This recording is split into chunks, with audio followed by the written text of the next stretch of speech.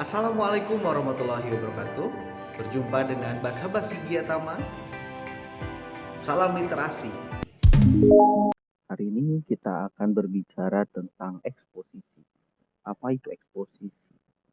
Secara umum, eksposisi bisa diidentifikasi berupa opini atau penyampaian argumen tentang suatu sudut pandang dari seorang penulisnya. Dia bisa melihat sebuah isu di tengah-tengah masyarakat atau halayak umum, masalah apa yang muncul lalu ia bahas berdasarkan fakta-fakta, bukti-bukti, argumen-argumen atau hasil investigasi dari si penulis itu sendiri. Di dalam sebuah teks eksposisi terdapat 4 komponen pendukung. 4 komponen pendukung itu yang pertama adalah permasalahan. Permasalahan di sini berkaitan dengan isu-isu yang muncul di masyarakat. Yang kedua berkaitan dengan bukti. Artinya harus ada bukti real, nyata, atau misalnya sebuah referensi yang kuat. Yang ketiga yaitu tentang opini. Nah, setelah Anda memiliki masalah, punya bukti, maka terbangun sebuah opini. Artinya argumen-argumen. Nah, ini akan tersusun dengan baik ketika 4 komponen ini menyatu. Dan komponen terakhir adalah rekomendasi. Artinya, Anda harus punya rekomendasi, solusi, saran. Sehingga eh, eksposisi yang Anda bangun, opini yang Anda bangun, argumentasi yang Anda bangun, itu dapat dipahami dan jelas konstruksinya atau urutannya atau kerangka berpikirnya seperti itu. Selanjutnya berkaitan dengan struktur atau sistematika urutan unsur dari teks eksposisi. Yang pertama adalah tesis. Tesis atau orang juga sering menyebut dengan orientasi masalah. Yang kedua, ada yang disebut dengan argumen. Nah, argumen di sini muncul sebuah data, sebuah bukti, bagaimana sudut pandang penulis dimainkan. Kalau yang pertama tadi mengenalkan sebuah masalah, isu bisa berupa definisi, bisa berupa klasifikasi, bisa berupa pembandingan atau latar belakang masalah secara singkat. Nah, bagian kedua ini adalah sebuah argumentatif. Artinya kumpulan-kumpulan bukti, kumpulan sudut pandang dari si penulis, bahkan referensi-referensi. Dan yang terakhir adalah penegasan ulang. Isi dari penegasan ulang biasanya adalah sebuah rekomendasi atau solusi. Bahkan ada kesan yang diberikan sebagai bentuk penegasan bagaimana sudut pandang penulis atau sikap penulis itu sendiri.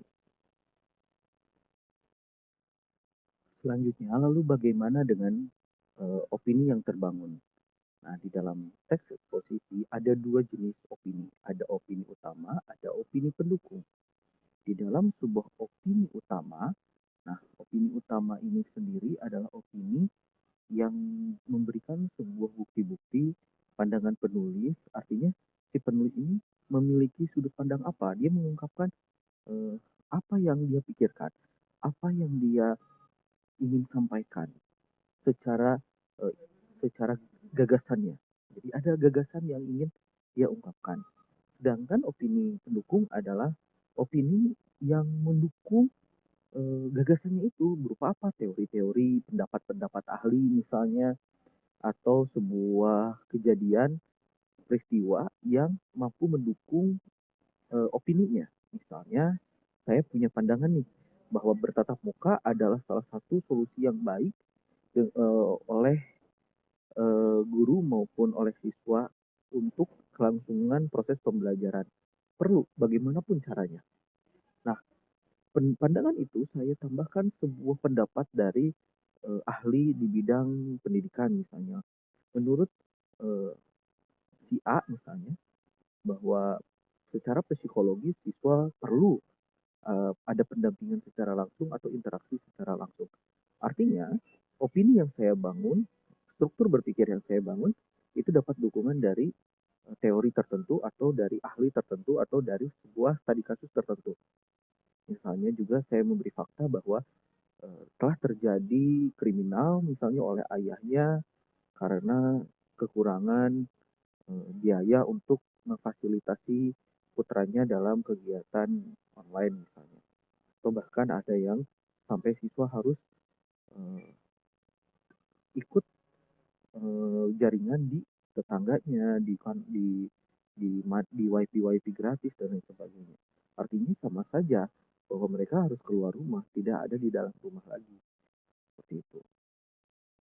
Itu contoh pembagian opini ya. Ada juga bahwa cara menganalisis sebuah opini di dalam tes posisi itu dapat dilihat dari kualitas dari argumen. Sejauh mana argumen itu? Artinya ada yang disebut dengan kedalaman argumen. Nah, kedalaman argumen itu sejauh mana referensi yang relevan, bukti yang relevan, baik teori maupun sebuah studi kasus atau statistik yang tentunya relevan dengan apa yang dia sampaikan.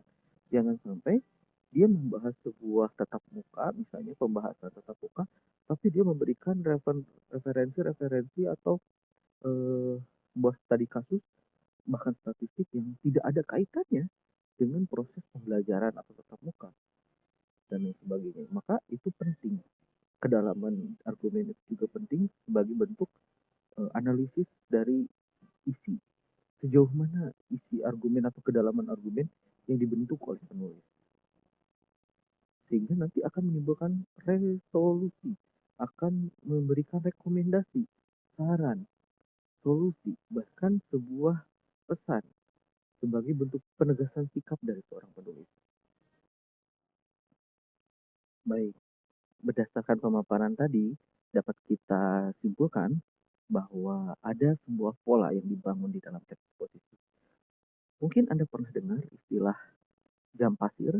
Nah, eksposisi juga bisa dibangun dalam pola jam pasir, yaitu dari umum ke khusus, mengerucut ke bawah, atau dari khusus ke umum, seperti piramid. Jadi, Anda bisa menggunakan skema apapun. Dari beberapa hal yang umum, lalu kalian khususkan terhadap suatu hal yang ingin kalian sampaikan, gagasan apa yang tertuang. Bisa secara khusus ke umum. Kalian sudah sampaikan dulu rinci-perincinya, baru di bagian akhir kalian sampaikan apa permasalahan atau apa isu yang ingin kalian angkat di dalam argumen kalian. Nah, itu sebagai pola penyajian.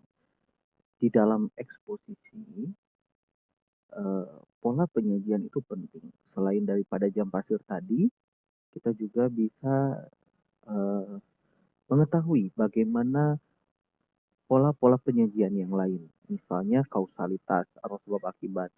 Atau kita juga bisa melihat jenis eksposisi pemaparan atau eksposisi deskripsi.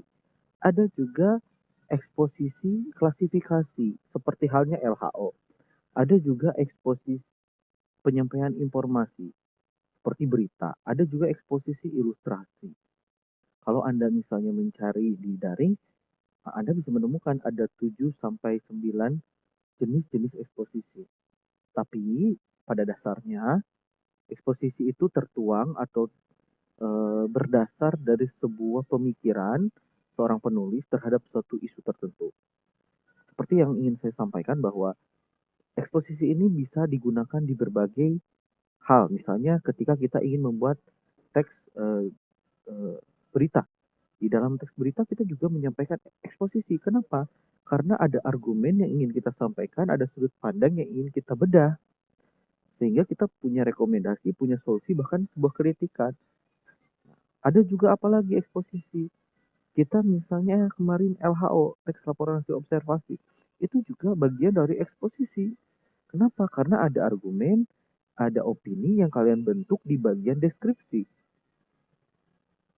Hanya saja, ini juga sering disebut eksposisi klasifikasi, jenis klasifikasi.